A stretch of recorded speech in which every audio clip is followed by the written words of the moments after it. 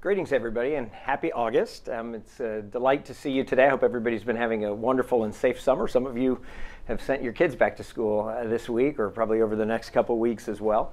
Today's actually our 46th Town Hall series, so we're coming up on the big 5-0 in the not too distant future, which is amazing to think about.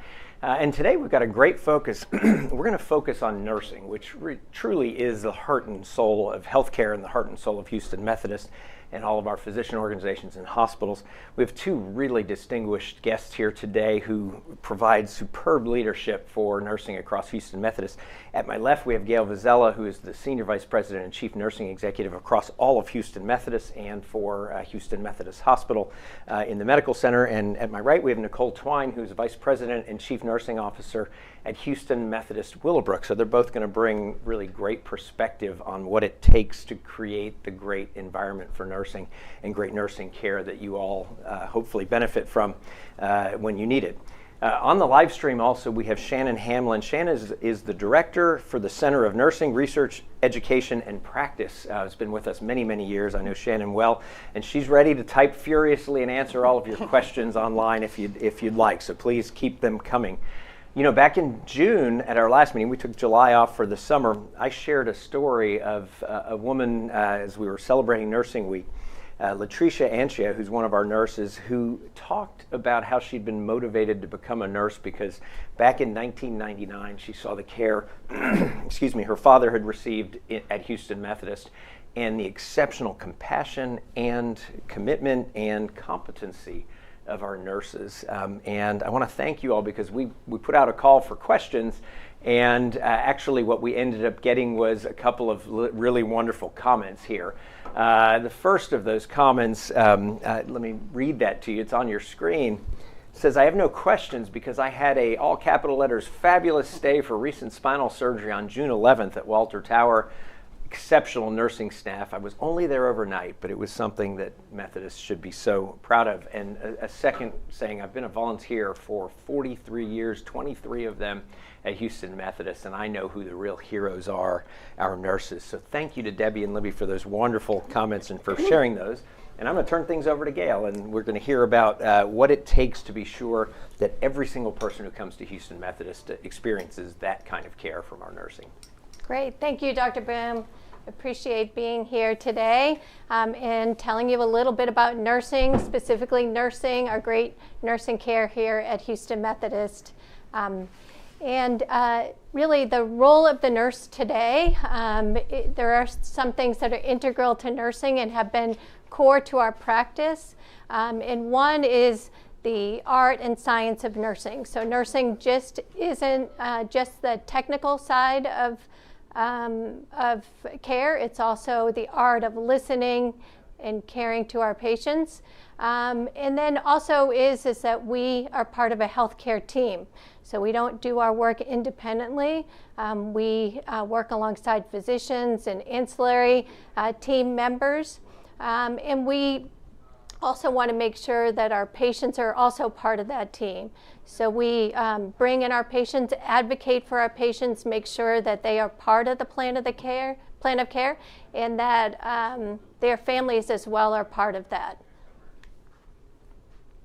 So who are our Houston Methodist nurses? We're very proud of our nursing workforce. We have close to 9,000 nurses now at Houston Methodist.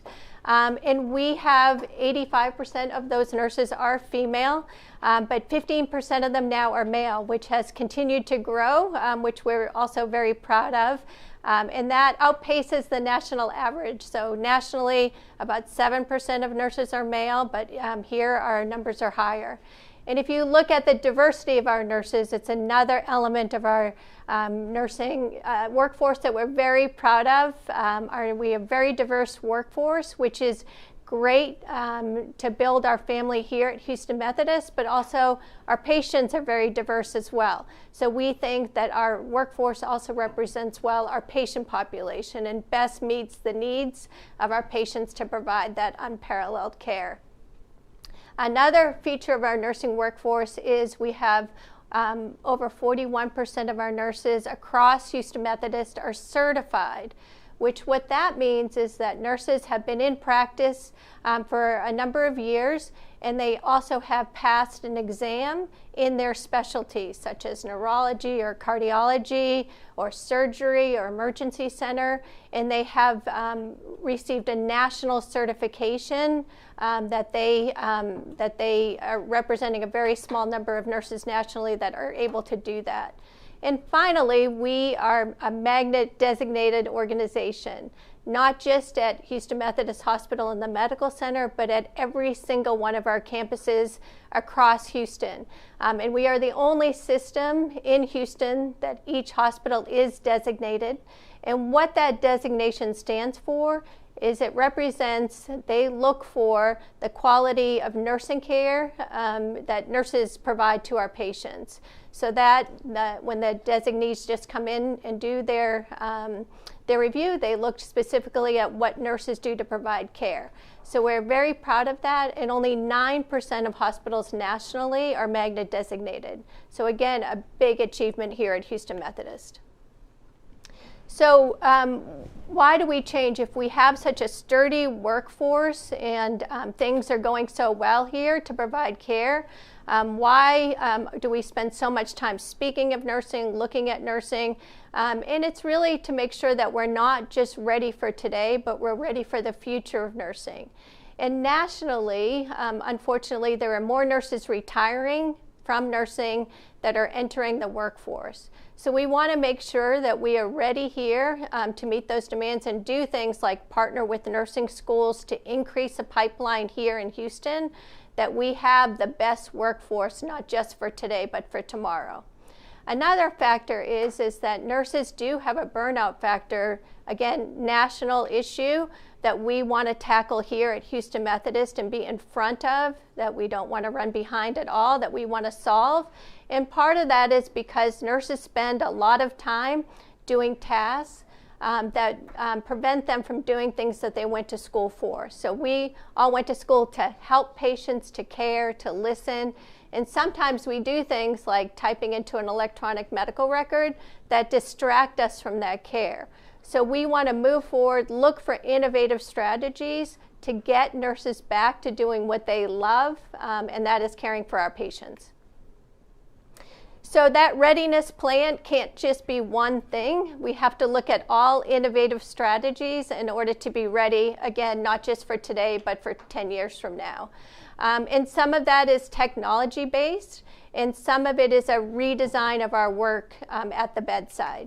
So when we look at and we bring our frontline nurses together and we say, well, what's great about your care and what makes it challenging? And then we try to redesign the workforce around the nurse in order to just take away some of those tasks from nurses and make sure that they, again, are able to concentrate, critically think, care for our patients. And we've had a lot of success around that.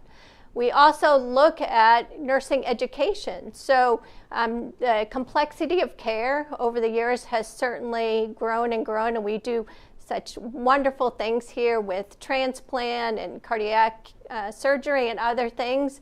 And it involves a lot of technology for our nurses. So we want to make sure that training isn't just once, that we have ongoing training.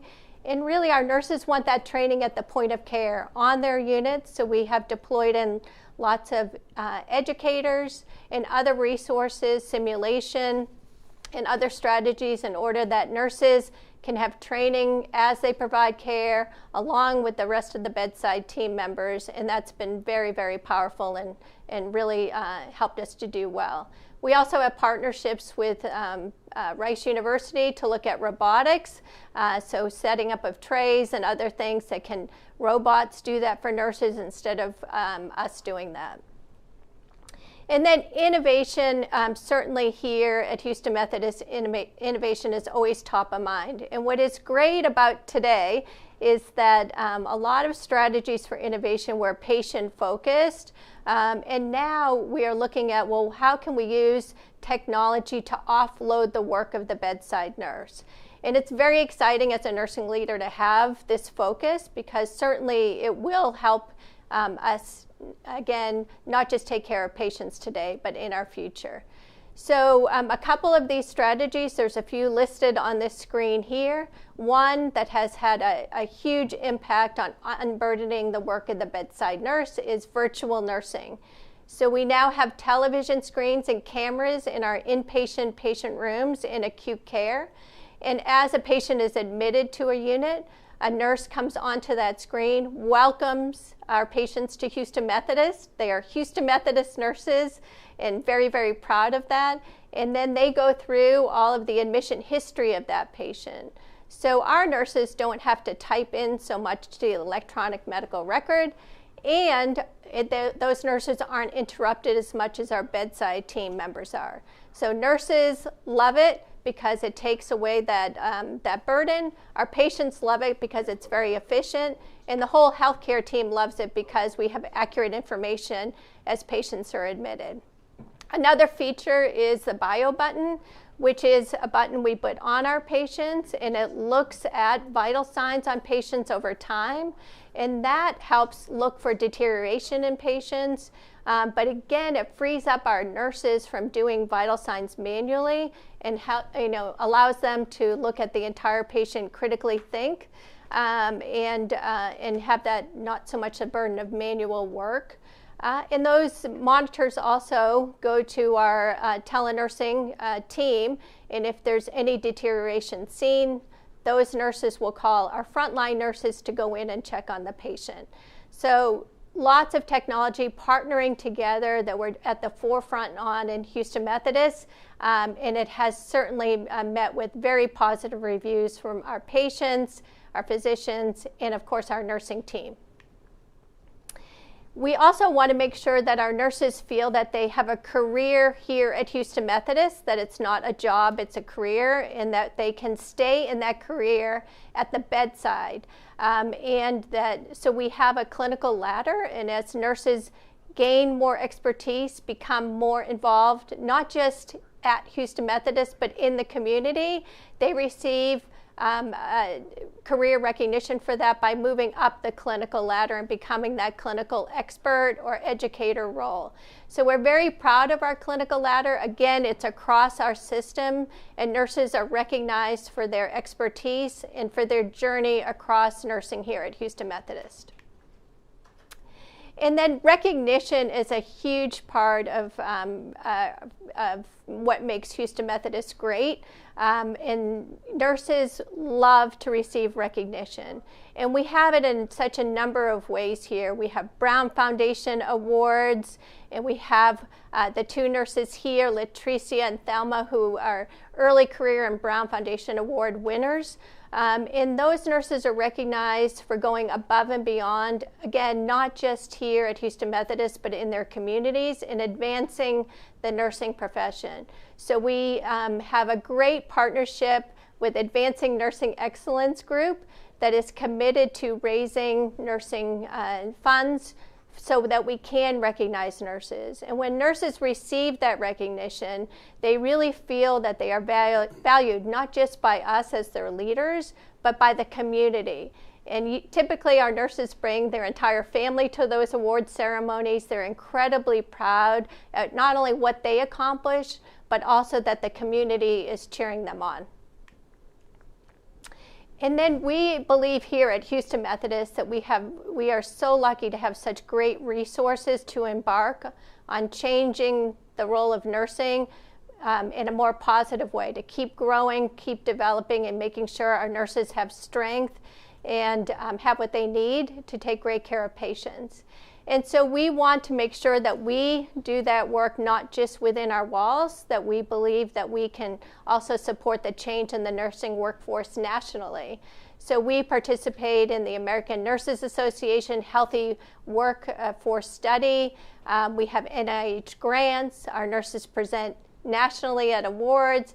And again, we have very strong partnerships with the schools of nursing to ensure that as nurses go from school into practice here at Houston Methodist, that they have everything they need to become part of our nursing family.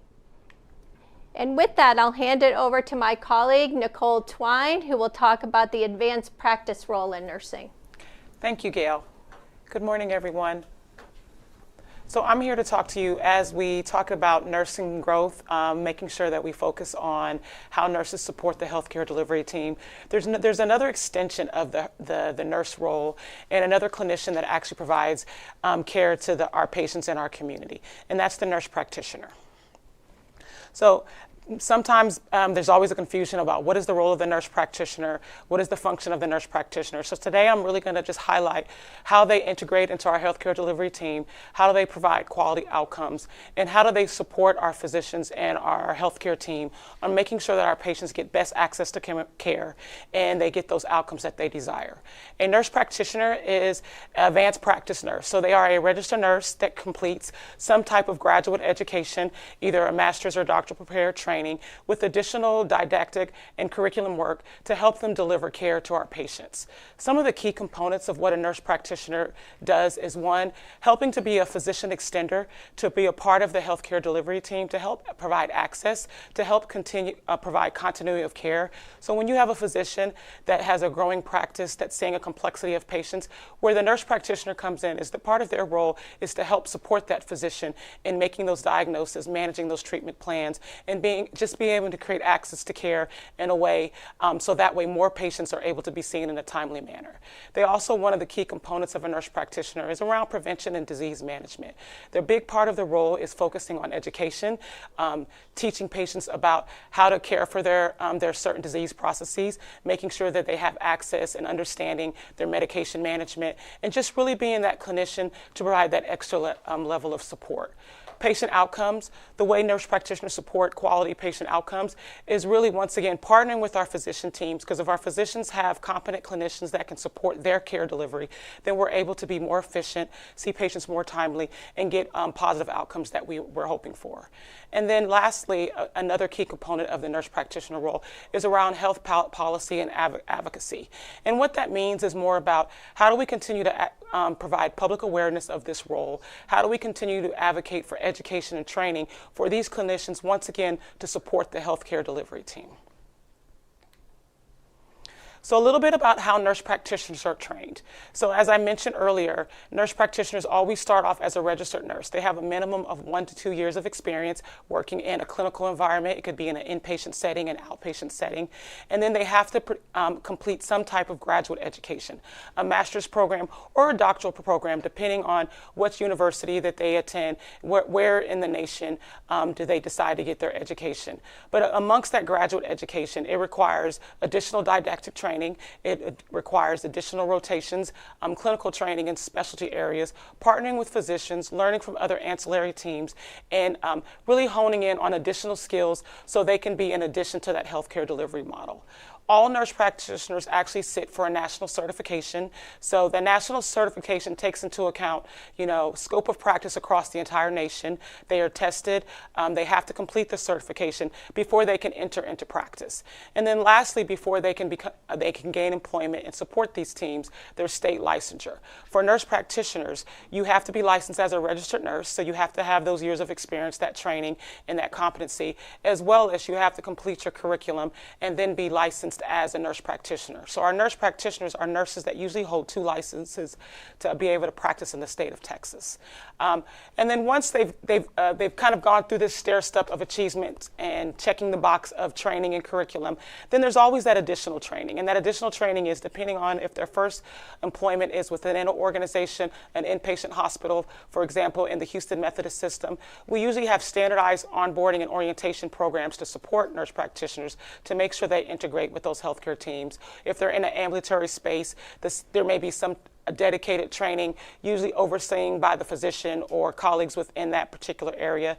But around the country, where I say is still an opportunity, is residencies and fellowship programs. Additional training for nurse practitioners. They go through their 6 to 8 years of training to get to that level, and then we have additional training, onboarding, residencies, and orientations to supplement that education before they actually go into practice and care for patients.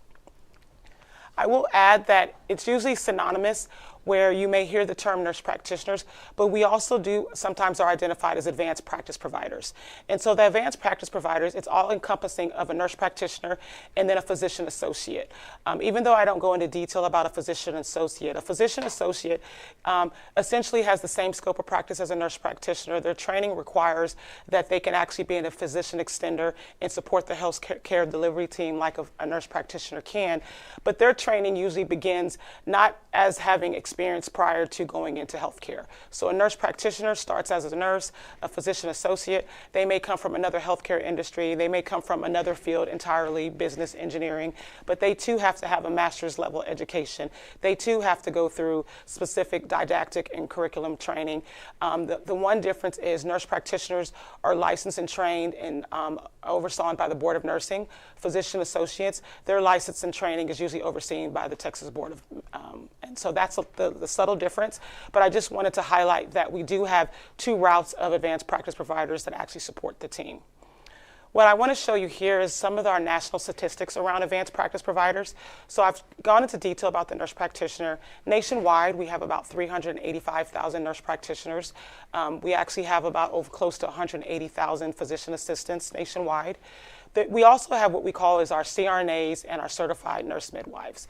Our CRNAs and our certified nurse midwives, their training is closely mirrors the NP and the PA, except the certified nurse midwife, where you may see the NP in an inpatient ambulatory space supporting primary and subspecialty physicians. A nurse anesthetist is what we like to call them. Their practice is going to be supporting anesthesiologists. So around the country, we have about 50,000 CRNAs to date.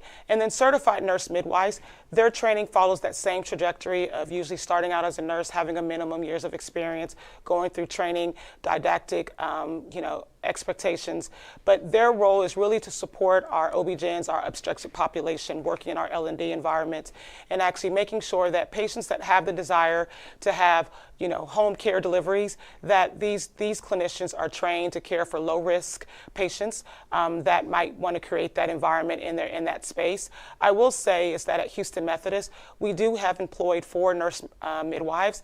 We are probably one of few organizations that actually have nurse midwives employed within in our inpatient space.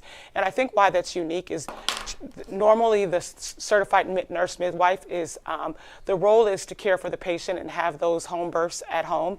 We've decided to simulate that environment in an inpatient setting. So we have our expert physicians, we have all the resources, we have, you know, the clinical nursing staff right at the bedside with the nurse, with the family, but they get that simulated environment in a hospital setting. And so I think that's a little bit unique to some programs, but just to make you aware. But there is a growing, you know, population of certified midwives around the country. When you look at the Bureau of Labor Statistics, they are actually projecting that advanced practice providers will continue to increase in regards to employment, almost 38% to 40% over the next 8 to 10 years.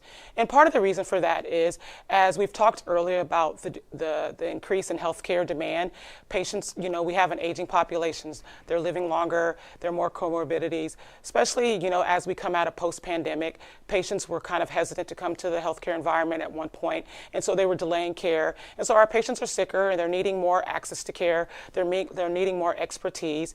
And so our advanced practice providers, our nurse practitioners are actually filling those gaps by supporting our healthcare teams for delivering those care.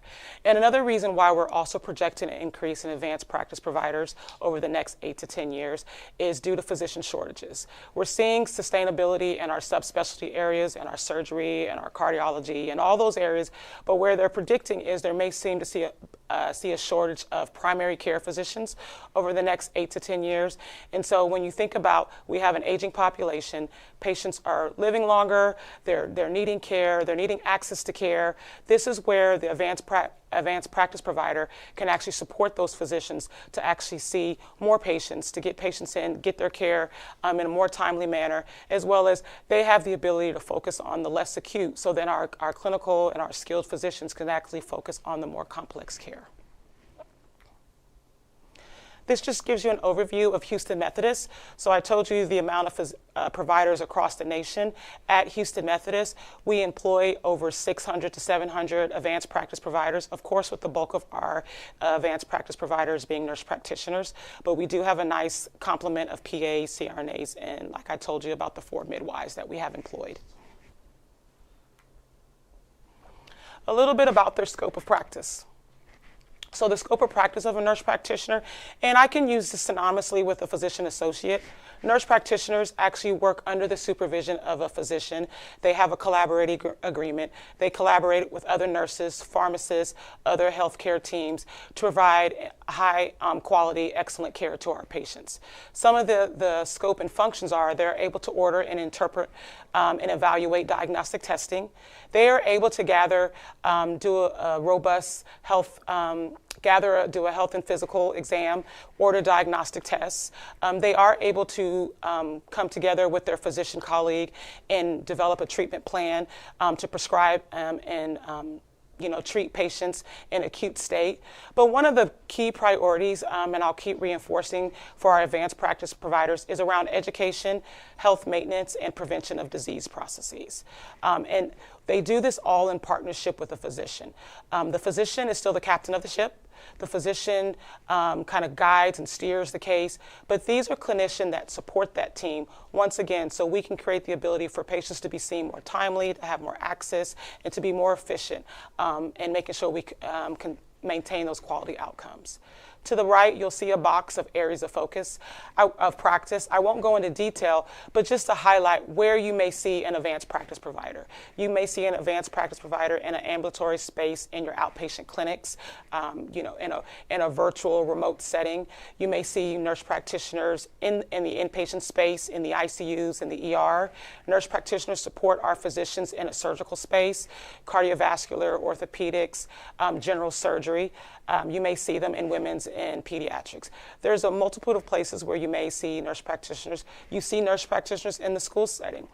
Even though a lot of our school districts have RNs that are the school nurse, now some of them are going to having nurse practitioners that are on site to support the school districts.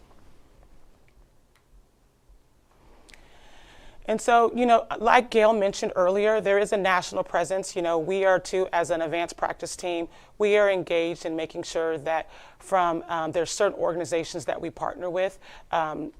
Just for all of nursing, the American Nurses Association, that's one of our key organizations that we partner with bedside nurses, as well as with advanced practice nurses.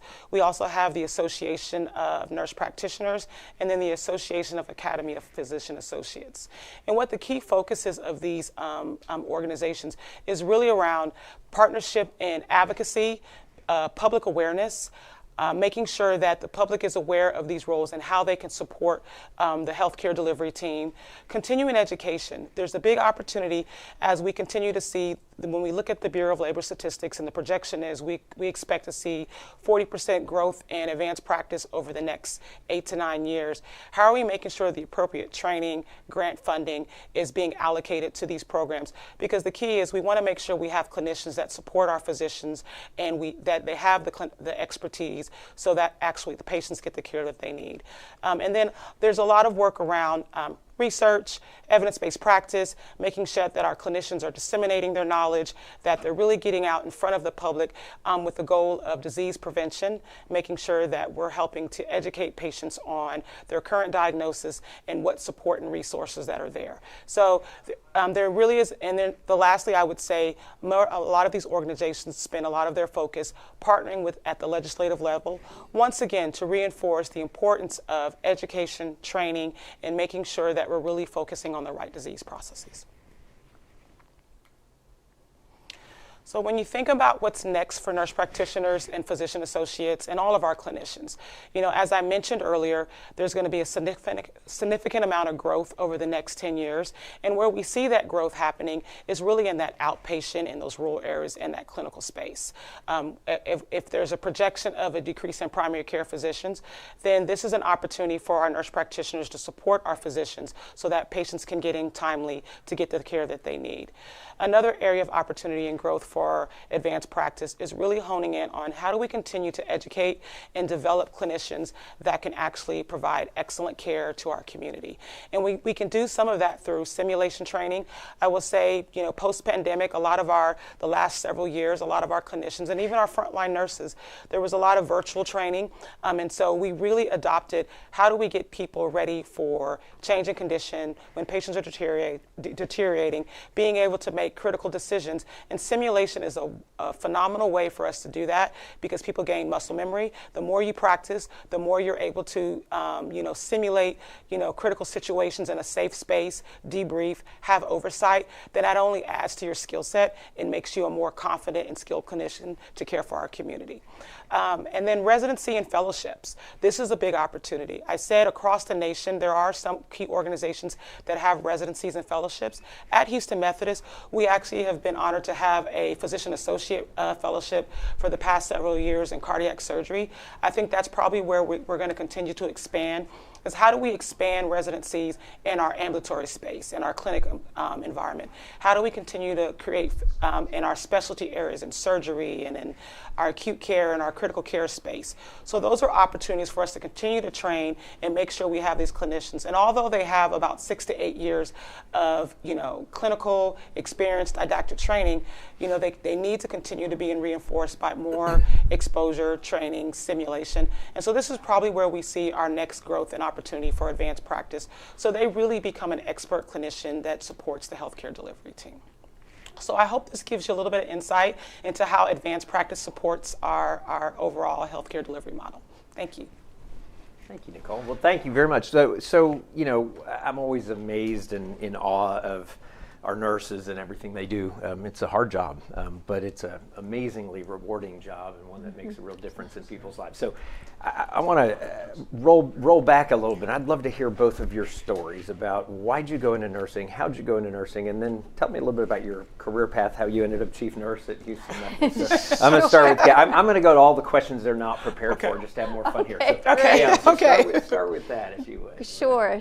So when I was choosing a profession, I knew I grew up in south of Boston, and I had a great family. The number one thing, the purpose of our family was to help other people. And so when I was looking for a profession, I thought, well, here's one that I can meet the initiative of my family of helping others and have this great job. So I was, back then it was called a candy striper a long time ago in a hospital. We had those once upon a time. Long before I was even here, I think we called it that, but yeah. And I went into the hospital environment, and I just thought it was the best place anybody could work. And really the serving aspect made me immediately gravitate to nursing, went to nursing school, and started in my career, thought of pediatrics. Where was that? What part of the country? Oh, it's in Boston. In Boston still, yes, okay. yes. And then I moved into Colorado, actually, and then ended up in Houston. But initially I thought I wanted pediatrics, but I couldn't get a job in pediatrics back then. And so I ended up in the adult world, and I really loved it. I worked at a city and county hospital in Denver, and took care of trauma patients in ICU, and worked along surgeons and trauma surgeons and on medical teams as well in the medical ICU, and I loved it. And 5 years in, I thought, I said I wanted pediatrics. Maybe I should go there. So ended up jumping to Houston, jumping to work at Texas Children's. Had a long, wonderful career at Texas Children's. Thought I had, and really started to advance in leadership jobs at that point. Transitioned from being a staff nurse to a nursing manager and director and executive at Texas Children's, and really thought I had found my place forever. But you have to always be open to opportunities, and I also, another motto of mine is just say yes. And but during the pandemic was really a turning point for me, as we would hear what was going on in the pandemic, which is incredibly scary as a nursing leader at the time, early on in particular. But we always said is, well, what's Houston Methodist doing? What's going on at Houston Methodist? What is their plan of care there? As this opportunity came open for a chief nurse, I thought, well, who is truly leading? It is part of how we advertise, but it's actually who we are. We lead medicine, we lead nursing, and I thought I would be the luckiest person to be able to come to Houston Methodist and help lead not only Houston Methodist, but I really do believe that we will lead the advancement of nursing. And as we enter new times in healthcare, different times, is we will have a workforce that's ready to go and that we can again present nationally. Thank you. Well, you've been doing an amazing job. Obviously, I get the pleasure of working with you all the time, and I don't think I'd stop to hear some of the early other parts of the story. I love that. So, Nicole, I'm going to put you on the spot now. It's the same story because it's really important, and I'm going to segue this into a couple of questions we've gotten there about people who want to seek careers. But go ahead and tell me your story as well. How did I get here? My story is not like Gail's. It's interesting because when I went off to college, so I always had a desire to help people. I always wanted to, have some type of impact, but I didn't really know what that was. I went off to college. I was actually a criminal justice major. My plan was to go to law school and become an FBI agent. That's what I thought I was going to do. Because I thought that's how you help people and you save people and you do all these and really cool things. But I took an anatomy and physiology class. And I fell in love with anatomy and physiology. And even though I still had the desire to go to the FBI and be this really cool agent, I loved the science. Nursing is really cool. Right. Oh, absolutely. But at the time, when you're in college, you're not really sure. But I fell in love with the way the body works and all the intricacies. And so that intrigued me, the science part of it. And so my journey's a little bit different. I wasn't really sure about nursing in that initial phase. So, I'm one of those nurses that have been at every level of nursing, from an LVN to bachelor's prepared, master's, doctoral prepared nurse. And I did that because I wanted to make sure this was something that I really enjoyed. And so I actually became an LVN before I went on my journey to become where I'm at today. And that first interaction with a patient, and I saw that I get to care for people at the most vulnerable state, and I have some impact into how they deal with their care. It was enough for me to say, okay, so this is the right profession for me. And so then that kind of put me on my journey to kind of continue my education. I worked in various areas of nursing. I was a critical care nurse, med-surg nurse. I worked in orthopedics, urology, you name it, I've done it. But probably about 10 years into my career, as you get kind of experience and settled, I thought, what else can I do? You know, how can I have a greater impact on patients? How can I be more part of the care delivery team? And so then I made the decision to become a nurse practitioner. So I went back to school to become a nurse practitioner because I wanted to have a little bit more autonomy and a little bit more partnership with the physician. And I will say my goal at that time was I'm going to be the best nurse practitioner I could be. I'm going to end my career delivering care, learning all that I can do. But as I continued my education and, you know, now you get exposed to how you can impact patients in a different way, that's what probably put me on my journey into leadership. Because I knew that I could use my clinical expertise, I could use my desire to help people, and also use that to impact patients at a bigger scale, and that put me on that journey. So I've worked as a manager, director, and then, you know, somehow I ended up as a CNO. Some people go into certain professions knowing what they want to do. I kind of figured it out on the way. I enjoyed the ride.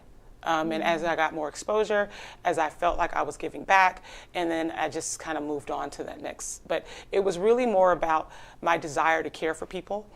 It's funny that you say, you know, you looked over the fence and you saw Houston Methodist from another organization. I started my career, I spent 16 years with another organization in the medical center, and I always knew Houston Methodist was the best. But I started there, and I kept thinking, when am I going to get to Houston Methodist? And so I worked at Houston Methodist when I was going through my nurse practitioner program, just kind of as an as-needed basis. But then when I went on my leadership journey, you know, I was like, Houston Methodist is where I want to be, because they're always leading, they're innovative, they care for their teams, they care for their people. They have they're founded on values, and you know, the mission just aligned with me. And so I have to say it's been the best decision. And well, you said somehow, I just mentioned, but I don't think it was quite a somehow, right? I seem to recall you were working here and we identified some talent. Okay. Promoted you to yes, that is associate true. chief nurse here at the Med Center. And then, that is true.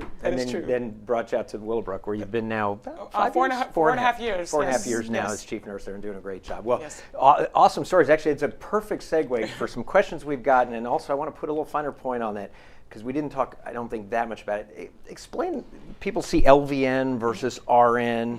Talk a little bit about, you went that journey, talk a little bit about what the difference is and where you typically see people with those careers. Okay, so an LVN is a licensed vocational nurse, and so that's usually a one-year certificate program. They may have some college credits, but it's not a requirement. So one-year certificate means you can be a high school grad and go do 1 year and become an LVN, correct? Correct. Okay. You might have to have a few, you know, some other credits. Correct, right, but so essentially, a couple of years. A couple of years, but essentially. And an LVN works under the license of a registered nurse. So there are certain tasks that, of course, an LVN, so they can't independently give medications without the oversight of a nurse. There's certain tasks that need to be delegated from an RN, but they are an extension of the nurse, the RN. They can actually support the healthcare delivery team. Where you see LVNs mostly are probably in your nursing homes, in your outpatients, you know, clinics. You rarely see LVNs in the walls of, you know, your hospitals, but you do see them in that space. But they are, I will say, their role is more about task, clinician, being, you know, at the bedside, providing that support and care to the patient. They are a nurse, but their task and their role is delegated by a registered nurse. So an RN is a bachelor's degree, right? And RN I mean, at least as a first step, you can then obviously get further degrees. But to be an RN, you've gotten a bachelor in nursing science, basically, right? Well, if you have an LVN, that's a one-year program, and then to be an RN, you have to have a certain amount of prerequisite requirements, so at least 2 years of college, and then you can enter either an associate degree program or a bachelor degree program. Right. Okay, perfect. That's very helpful. So actually have a question that came in. It actually has a little bit of a slant, which is says, hey, what advice would you give me as I'm trying to think what area of nursing I might go into? And this person says, I'm male, so I even look from that perspective. How do most nurses go about figuring that? It sounds like, I mean, both of you, and it's one of the things that makes you great executives and chief nurses, is you've done it all, as you said, in terms of the front lines. You've both done a lot. You've done both PD and adult. How does somebody figure that out? I figured it out in nursing school. So nursing school affords you the opportunity where you have to rotate through majority of specialties. And so you get the opportunity to say, oh, wow, I kind of like this. I feel like this meets my personality. I'm excited about, the acuity or the complexity. Or so I'll give you an example. When I went through nursing school, I knew I either wanted to be an L&D nurse or a critical care nurse. I love that environment. I love the L&D is labor and delivery. Labor and delivery, yes, labor and delivery. And I know I either want to deliver babies or I want to take care of the really, really sick. But in nursing school, you get exposure. So my recommendation is don't go in with a preconceived idea. Sometimes you do, like I want to be a pediatric nurse, but because you're afforded the opportunity to rotate through various specialties, that's when you identify what really works for you. And sometimes it's about your engagement with patients. How do you partner with physicians? The makeup of that unit. And so that's where you really determine. You have to be open to that, as and I that's why I worked in a little bit of everywhere, because I was intrigued and I wanted to learn about all specialties. I wanted to add more to the toolbox. But then over time, I would say, then I kind of honed in on where I felt like my skill set was best suited. And so I spent many years in various environments, but ultimately I love the critical care environment. So Gail, if someone goes to nursing school and then maybe identifies a pathway. Sure. But is that like carved in stone? It doesn't sound like it, right? Absolutely not. So how do we go about that? I mean, if somebody comes out, well, I guess walk me through two pieces. So it's not just nursing school. You don't just get thrown out onto if you're an inpatient nurse. You don't just get come out of nursing school and ta-da, you're sitting there taking care of patients. Tell people how that part works.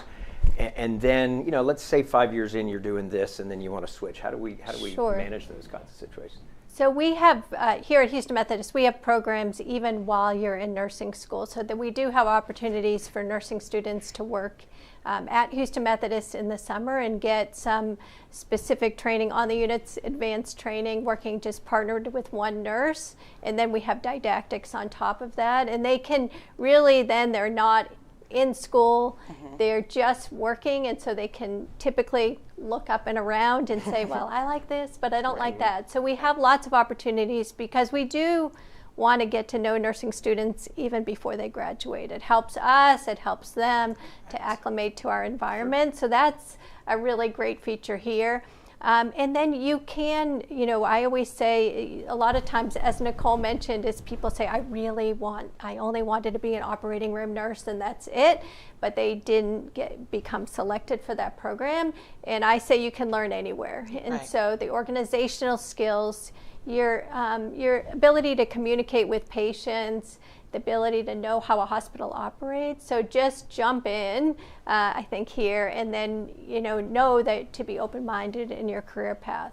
But to your point, Dr. Boone, we don't just throw people in from school and then they start on their unit day one and we say good luck, because nursing students, they train across our city. So we value that, but we also want to teach them how we do things here at Houston Methodist beyond the technical part, our eye care values, the way we work as a team, how we do simulation, et cetera, et cetera. So we have an accredited year-long residency program. It's called our Nurse Residency Program. Creative name there, yeah. Yes, exactly. And we take nurses on that first year journey holding hands. We don't leave them alone. Our Center for Nursing Research and Education Department, they have, we call it ducklings behind them, and we make sure that they have time, of course, on their units to learn, to understand how their patients are to be cared for, but they also have didactics that continue. They can get pulled off if they need any sort of special coaching or help, that they're not alone in their start of their career. I think Nicole would agree, is that first year, my preceptor's name was Joyce. The fact that I remember that. You'll never forget that, right? From, and my boss was named Rosemary, my head nurse. And so clearly that first year has such a huge impact on a nurse. And we do believe here that we are accountable for that first year of a nurse. No matter, we want them to stay with us their whole career, of course, because we have so many opportunities here. But if they don't, we want to make sure, hey, we are launching your career the right way here. So we're very intentional on making sure that all that support is around that nurse. That's great. That's really helpful. So I want to kind of think a little bit towards the future, we had some questions come in both now and prior around nursing shortage. You touched on some of that. Yes. So let me give you some demographics that when I sit in my role, I think a lot about. They scare me a little bit too.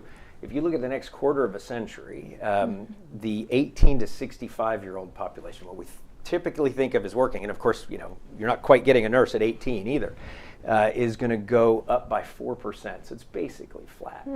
The generation behind them, the 0 to 18, so that next bit, they're going down by 8%. So, but even more of a problem after that. The 65 and up are going up by, you know, around 40%. That's who comes to our hospitals. The 85 and up are going up 168% during that time. So all the people who need hospitals a lot are getting, you know, going way up, while the workforce is at best staying the same, at best, unless we do some things on that end. So we clearly, and you all clearly as leaders, are going to have to adapt to that. Talk about kind of a multifaceted strategy to tackle that issue as we think about it. I mean, maybe I mean, we're all going to be kind of entering some of those age groups in that 25 years, and we're going to be wanting, you know, great nurses to care for us. So, you know, what, and others here probably listening as well. How do we make sure that that happens? Sure. So to your point, Dr. Boom, the plan has to start today. Right? You can't just get there and think, well, we'll figure it out, because the statistics are daunting.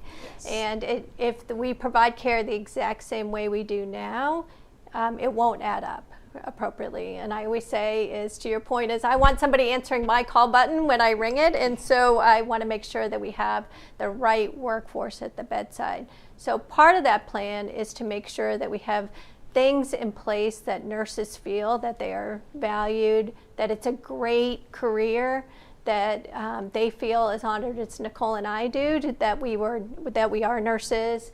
And so part of that is to make sure that we back it up to nursing. Nicole talks to 8th graders and to tell them what a great profession it is, how you can have a long career, you can do a variety of things. So that's part of it, is to make sure that our nurses are sturdy and that we have, because of that, we have a good pipeline coming in. But that's not enough. And so the other part is really all the deans of the schools of nursing will tell us. If you ask somebody why they went to nursing school, it's to help. It's to help other people. So if we stay with that commitment, we are going to make sure our nurses feel that the majority of their shift or a day, they are helping somebody. They're not typing an electronic medical record. They're not trying to find equipment. They are not trying to figure out what supplies they need. That we create an efficient workplace around them, and that things that sometimes nurses, we tend to, because we like to help people, we take on everything.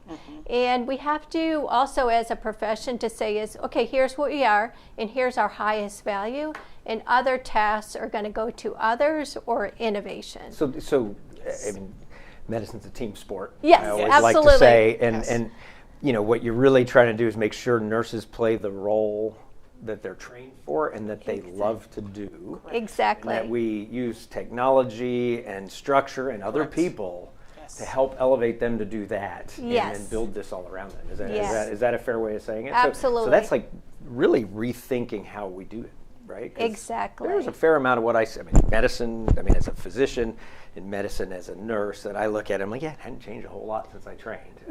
And some of it probably never will, it shouldn't. And some of it you're like, okay, why haven't we changed that yet? You know? So talk about, virtual nursing is a great example of that. Talk about like how did that unwind and come out? Like I remember a whole bunch of nurses going, are you kidding me? You're going to do that? How long did it take to kind of win them over and have them then say, don't ever take that away? You know, because I remember your stories that it's pretty amazing how that came to be. So talk a little bit more about that. So my leader, Roberta Schwartz, is who led that effort from the innovation side, and so we partnered, of course, together. And we started it here at Houston Methodist in the Medical Center. And we started on 4 pilot units, and we didn't have fancy cameras and TVs like we do now on the walls. It was a little iPad on a stick, because the great thing about here is if things work, we move forward fast. fast, fast, fast. But if they don't work, we ditch it. We kill it, yeah. And so, which is fabulous. So we put them on iPads, and when we brought to the pilot units, and we bought, at the time we were coming off of that big last COVID pandemic, and we had a big group of nurses that left us to go travel. Since then we're in such different shape. But those units were the units that were the hardest and most challenging for us to staff. And they were tired, those nurses, working hard, stretching resources in order to cover their patients well.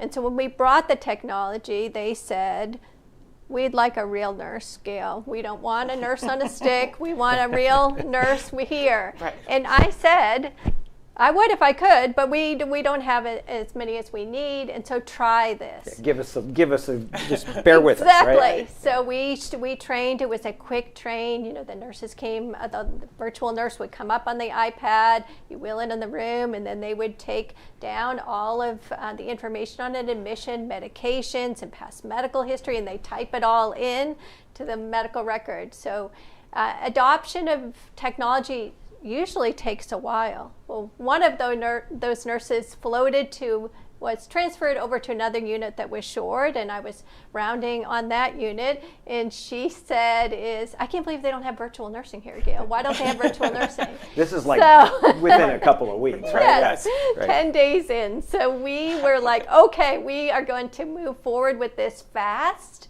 because the adoption was so great. And what made it, there were so many things that made it great. One was, it's our nurses. These aren't nurses in some other, part of the nation or country or whatever. They're our nurses. So they have eye care values. They understand our patient population. They're us. And we can keep expanding on it, which is great. So we can have nurses, maybe they work part-time on a unit, but they would like to do virtual part-time, and that has a different career for them. And also we can start doing things like mentor nurses virtually. So there's so many opportunities now that we have it all hardwired in place that allows us to have so many great things to support our patients and our nurses. That's great. So yeah, what I always say is, listen, the goal of all this technology is always, first and foremost, make our patients' experience and lives better. But a very close second is make the lives of the clinicians better, Absolutely. particularly the nurses, and free them up to do the things that human beings need to be doing, right? And take away the drudgery.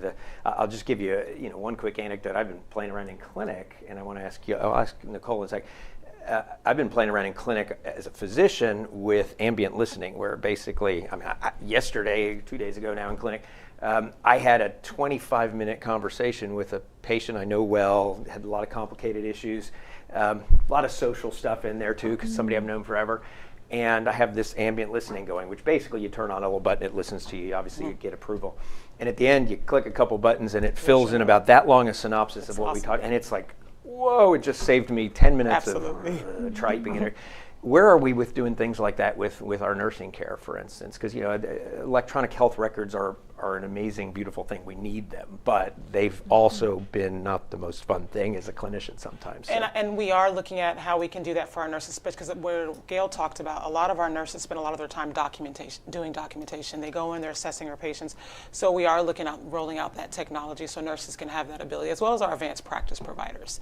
Me as a clinician that used to practice, I don't practice as an APP anymore, but I can remember spending hours documenting notes, and so, but I've had the dialogue with the patient. I've come up with the plan of care, and so we are rolling out that technology in part, especially in our ambulatory space, to help support that. So that way, when you're having that conversation, it's capturing that information, so nurses can actually be more attentive to the patient. Where I find is that when I'm rounding on my units, I see the nurse more focused on making sure they capture all the details in the documentation, and sometimes you miss something. And we want them. Right, but if you have something that's to actually capture that information, they're more attentive to that patient. So I'll close by saying one of the exciting things here at Houston Methodist, as you both said, is we're right on the Yes. absolute cutting edge. This virtual nursing program, I mean, countless hospitals have come to visit Yes, us from around the country. I absolutely. mean, like, we've lost count. And we're talking the big names around there because we are on the absolute leading edge with all of that, and we will continue. Well, thank you both for putting the heart and soul in Absolutely. nursing Thank you, and, Dr. and all the leadership you provide. And I hope we have a lot of our nurses listen to this because we're so appreciative of all of them. They're just amazing, amazing people. Put it in perspective, you said 9,000 nurses. We have about 33,000 employees. We have about 1,800 employed physicians and advanced practice practitioners, and then of course have several thousand private physicians, but they spend a lot of their time in their offices and things. So maybe FTE wise in the hospital, maybe 3,000. So we're like 3 to 1 nurses to physicians. That's, I mean, just to give you an idea. And then all the rest to me is organized around that to help provide care on the front line. So thank you both for everything. Thank you, Dr. that you Brown. do. Thank you. I'm going to give just a very quick update of a couple highlights this summer, and then we'll close up today and see everybody next month. U.S. News always comes out in the summer. Yet again, Houston Methodist #1 in Texas, which we're very excited about and proud of, and yet again on the honor roll. Last year they changed the honor roll to where the top 20 are not delineated. You're just in the top 20. U.S. News, if you've seen medical schools actually this summer, they just went to tiering and putting them in big buckets of tiers. But we're very, very proud of that. And the way they changed it last year was if 2 hospitals in a state, or 3 hospitals, or 4 hospitals, or 5 hospitals are on the honor roll, they're tied for #1 in the state. So like California has like 5 #1 hospitals. Last year we shared that. This year we are the only Texas hospital on that top 20, and therefore have that award by ourselves. You know, while U.S. News is not the best quality program, measurement program out there, it is kind of the one that everybody pays the most attention to. It's not what we use as a tool. We use something called Vizient, which I've shared before. That being said, increasingly they really do focus on quality numbers. I'm very glad this year they had only been doing Medicare patients, not even including Medicare Advantage patients. This year they brought back in Medicare Advantage patients, but it is multifaceted, and you can see we're ranked in 10 different specialties. 3 of them, top 10, most of them top 20, past that top 25. So really consistent, stellar care happening here and across our system as well. A couple other awards that we've received. I thought this was very nice. It's very relevant to what we're talking about here. That is that Forbes, you see something from Money Magazine, they're doing best hospitals for cardiac care, but Money Magazine saying, okay, if you're a new graduate, where's the best place to work? Forbes Magazine, and we're there. And if you're a woman, and who are the best employers for women? Again, Forbes right there. In fact, that one just made, I think it was the Houston Chronicle last week, where they were talking about Houston-based employers who made that list, and kudos to HEB, they were way up on the list, and Houston Methodist way up on the list, and very proud of that. And of course, we see that with all nursing and many other professions across Houston Methodist. In fact, we're probably about 75% women, 25% men, if you look across the system, which my wife would tell me that's why Houston Methodist is so excellent. We had our GME graduation back in February, so this is all now speaking about a different kind of trainee. This is our residents and fellows, and you can see there our Crane Garden and all of those graduates. It's very exciting because we continue to really expand our educational programs across everything. And in fact, in the Woodlands this year, started our very first internal medicine training program. So we have our first set of trainees there. And then finally, it's always fun to see construction pictures. I'm not showing you one in Cypress because it pretty much is finished on the outside. So if I show you construction pictures, it's going to be the same every time. It's actually, about 6 months from opening fully. We've already got the 2 professional buildings going there. But as you see Centennial Tower, it's going up and up and up. And so you can see some side views there. We're actually even seeing some of the cladding start to go up, or the beginning parts of the cladding going up. And you can see some of the aerial photos and others there. So excited to see this continue as part of the recapitalization of the main campus. So with that, I'm going to wrap things up. Wish everybody a wonderful rest of summer. Only about 7 more weeks and it'll start getting cooler in Houston. That's what I always count down. And we will be seeing you right about when hopefully it should start getting cooler, which is September 26th. And we are going to talk at that point about nature in the healing process, as well as a fair amount of prevention, and how do you stay well for the future. So I think that'll be a very wonderful topic. And thank you again for all of your commitment to Houston Methodist, and we look forward to seeing you next time.